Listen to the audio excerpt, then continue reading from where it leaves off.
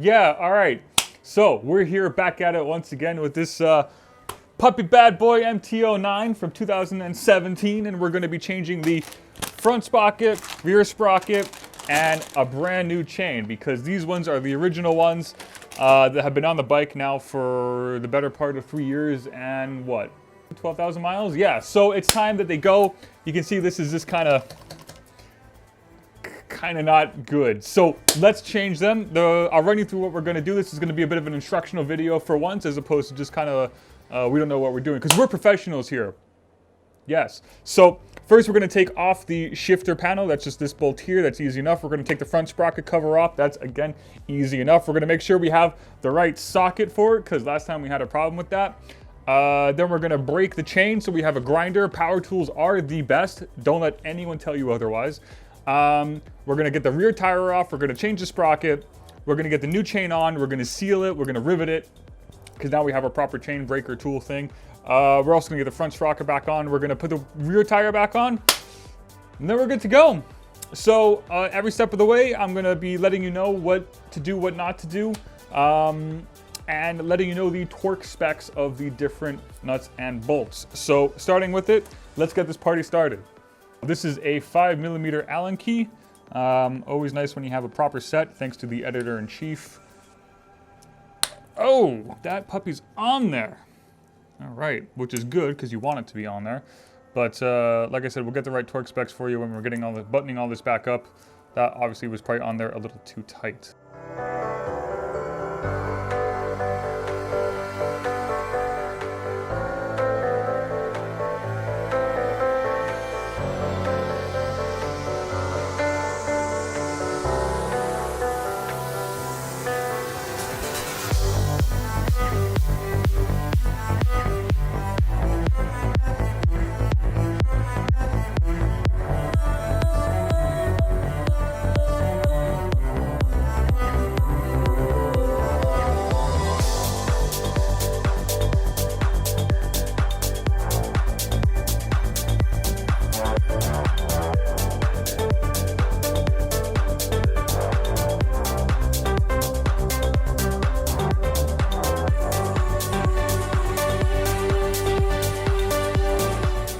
Once you get in here, it's a good chance to kind of clean everything off. So we can take everything out, kind of give it a good rinse. I think it's a good way to put it.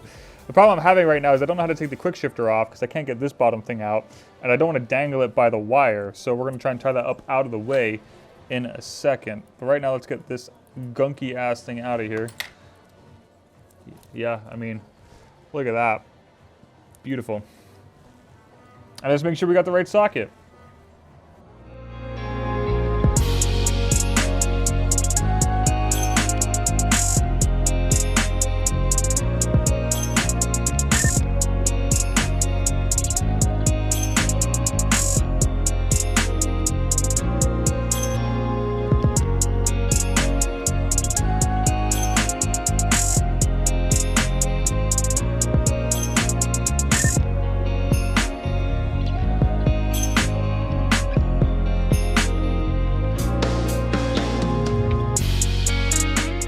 Stop. Hammer time. Okay, we're gonna get this washer off somehow. We'll just unbend it. So I gotta get a hammer and like a punch.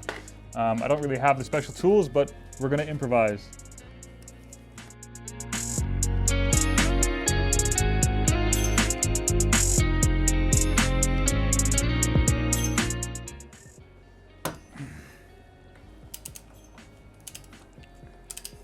There we go, nice and easy.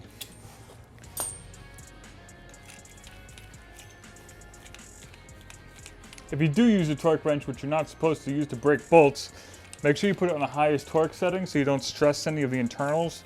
And of course, if you hit the highest setting, you might want to consider doing something else. So we were okay on that one. So let's just get the rest of this thing off.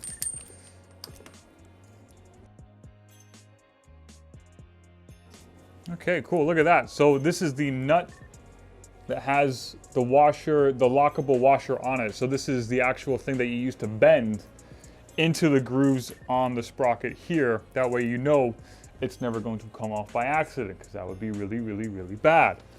So then we have a nice thick ass washer. It smells funny. And then we have everything we're looking for here. So you remember before, kind of give a visual inspection. Make sure you got the same part, which looks like we do, which is perfect. Okay guys, now we're gonna take the chain off. That way everything becomes a little bit easier. Now you can use a chain breaker, but I'm a lazy bastard and I like power tools. So yeah, cover your ears.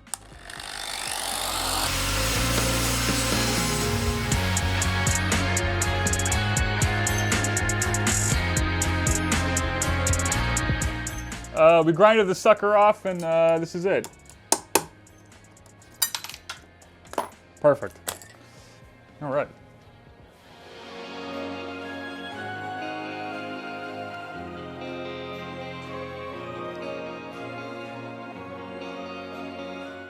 All right, so now we got the chain off.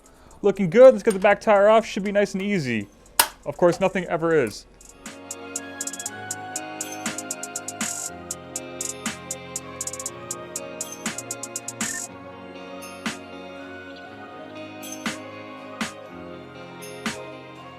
We got the back tire off. We're about to take this whole kind of assembly off. We got our nice little bucket of stuff from the bike that we want to clean up and make a bit better. It's always nice to keep it in one place. So you always got to remember where these kind of giant ass washers go. So this one's on the outside, put in the bucket, and then we got to work on getting this off. So that's a 15mm socket. Luckily we have everything we need.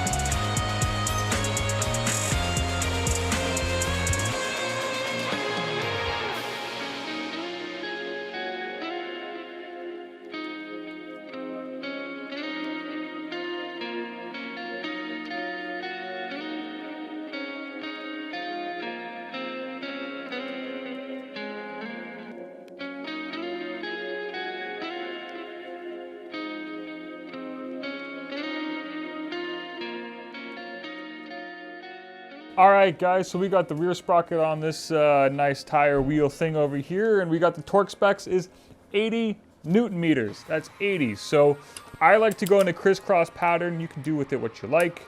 I got burned once with a bad gasket, which well, whatever. I don't want to talk about that. So here we are.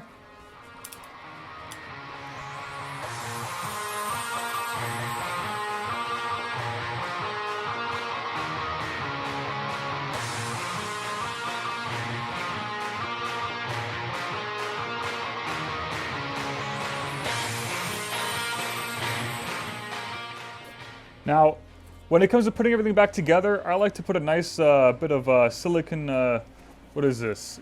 High performance bearing grease, because there's a lot of metal and metal contact in here, and you know, in the UK we have these lovely, lovely rainy weather. And this also helps to act as a bit of a protectant. And since this is a lot of bare metal, you know, it's kind of nice. So you got this fat washer. I like to coat this, make sure it's nice, because you can see there's quite a lot of rust on this. It'll help kind of seal it and prevent it from creating more issues. Well, I mean, that's the goal. That one goes right there, and then you got the one on the back. It's too much.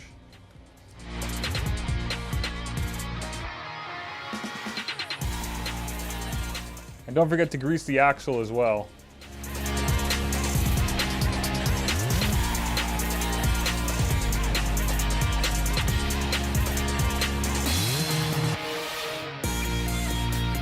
We got the back tire on. We're just gonna grease up this, whatever you call it. And then we should be good to install that. We're gonna install the front sprocket, and then we gotta get the chain on. Then we're almost done.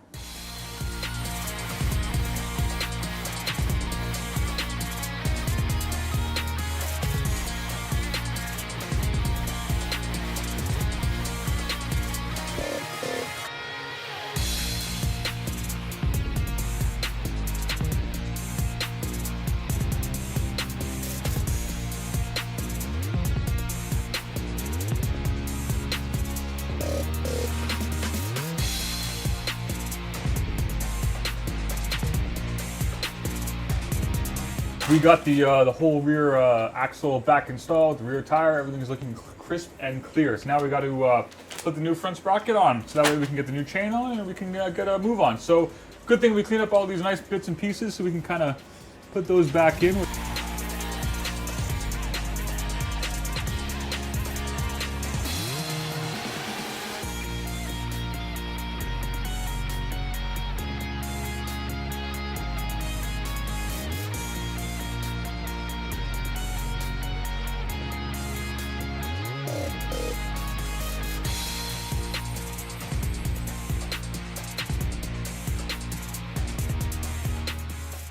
Here we have the master link that we have to effectively assemble and add some grease into it, and that's lifelong grease. So you got 4 seals here. You can go ahead and dump those out. Make sure you don't lose them or you're gonna have a bad time.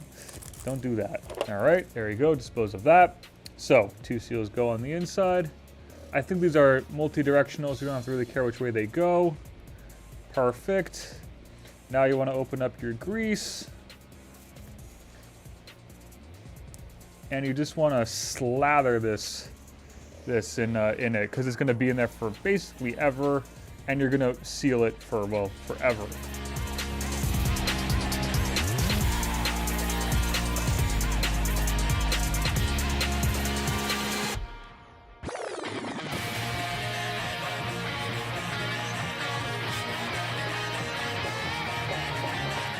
This front sprocket is 95 Newton meters.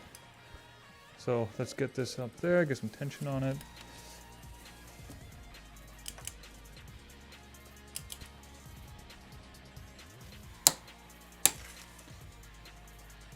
Okay, there you go. And then now we need to fix the washer. Okay, so now you want to find the 2 grooves that were in the, whatever you want to call a spindle. There's one there and one there, and you want to like punch the outside of the metal down. So if I come in from there, I put that one right in the middle of it. Just like that. There you go. That's one. And that's 2. That makes sure that the nut is locked and won't go anywhere. So now we can kind of button this thing back up and hit the road.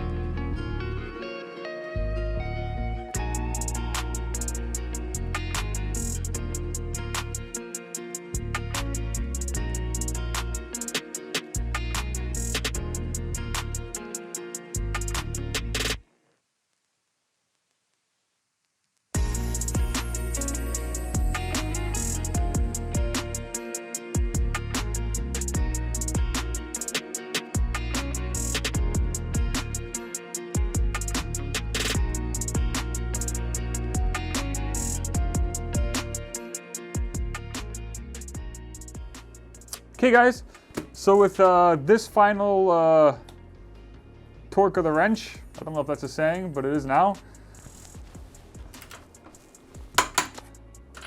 And that's it. We're done. We aligned the new chain. We made it a little bit tighter than usual. And yeah, I torqued this to about 105 Newton meters. That may or may not be the actual spec. That's up to you to figure out. This is just what I want right now. We're gonna ride this for like 10 miles. See how it does, make sure everything is okay. We don't want to get on the highway really until we check this. And then yeah, that's how you do your chain and sprockets. Thank you so much for coming. Please smash that like button and hit that subscribe. And that's like the dumb shit that we have to say, but I appreciate it. And yeah, see you next time.